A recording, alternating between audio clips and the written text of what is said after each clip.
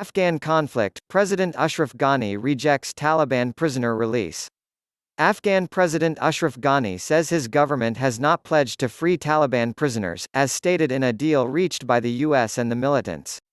Under the landmark agreement signed on Saturday in Qatar, 5,000 Taliban would be released in exchange for up to 1,000 government detainees by the 10th of March. Mr. Ghani said such a prisoner release cannot be a prerequisite for talks, but must be part of negotiations. The US-Taliban agreement includes a phased withdrawal of US troops.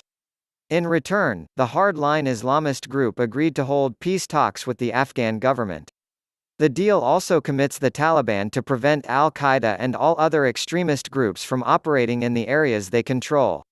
The U.S. invaded Afghanistan weeks after the September 2001 attacks in New York by al-Qaeda, then based in Afghanistan. The Taliban were ousted from power but became an insurgent force that by 2018 was active in more than two-thirds of the country. Less than 24 hours after the deal was signed in Doha, the Afghan president told reporters in Kabul, the reduction in violence will continue with a goal to reach a full ceasefire. But he added, there is no commitment to releasing 5,000 prisoners.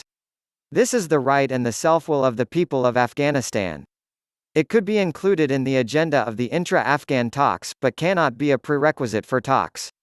Any prisoner release, he added, was not in the authority of the US but in the authority of the Afghan government. An estimated 10,000 captured Taliban are being held in Afghanistan. Sikandar Kermani, Pakistan and Afghanistan correspondent. What happens to the Taliban prisoners in Afghan jails was always going to be a tricky issue. For the insurgents, having them released is a key goal.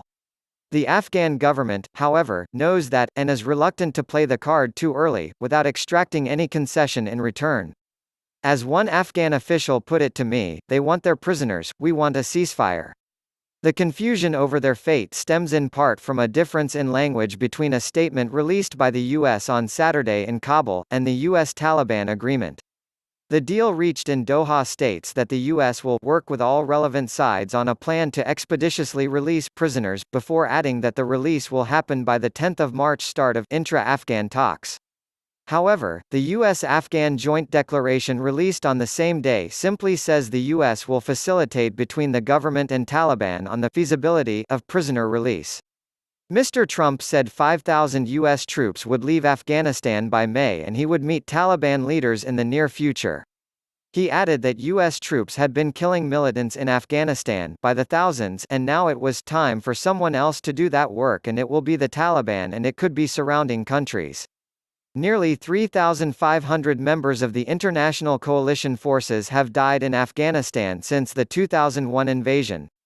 The figures for Afghan civilians, militants and government forces are more difficult to quantify. In a February 2019 report, the UN said that more than 32,000 civilians had died.